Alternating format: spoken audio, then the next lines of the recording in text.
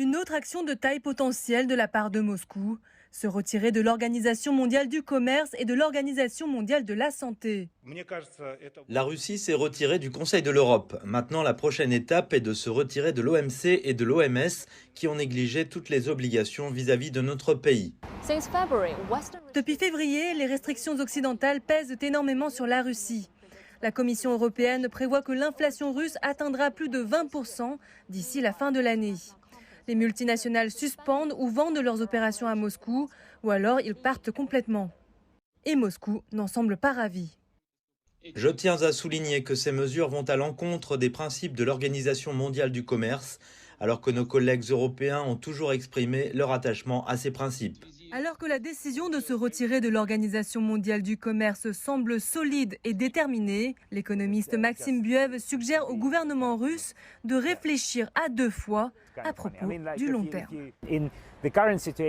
Dans la situation actuelle, les effets ne seront pas observables très rapidement car la Russie subit déjà des sanctions.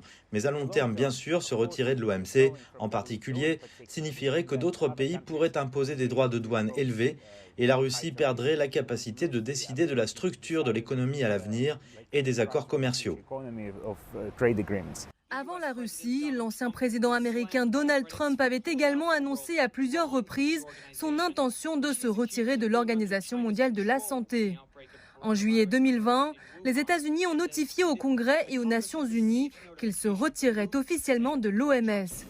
Mais en janvier 2021, après l'entrée en fonction du président Joe Biden, il a immédiatement annulé le retrait du pays de l'Agence de santé des Nations unies. Les plans de la Russie de se retirer de l'OMC et de l'OMS n'ont à ce jour pas encore été finalisés. Et Maxime Buev a déclaré qu'il devait y avoir une meilleure solution pour façonner l'économie globale que de rompre avec l'Organisation mondiale. Mais il s'agissait, selon lui, d'un avertissement émis à l'égard de certaines organisations internationales.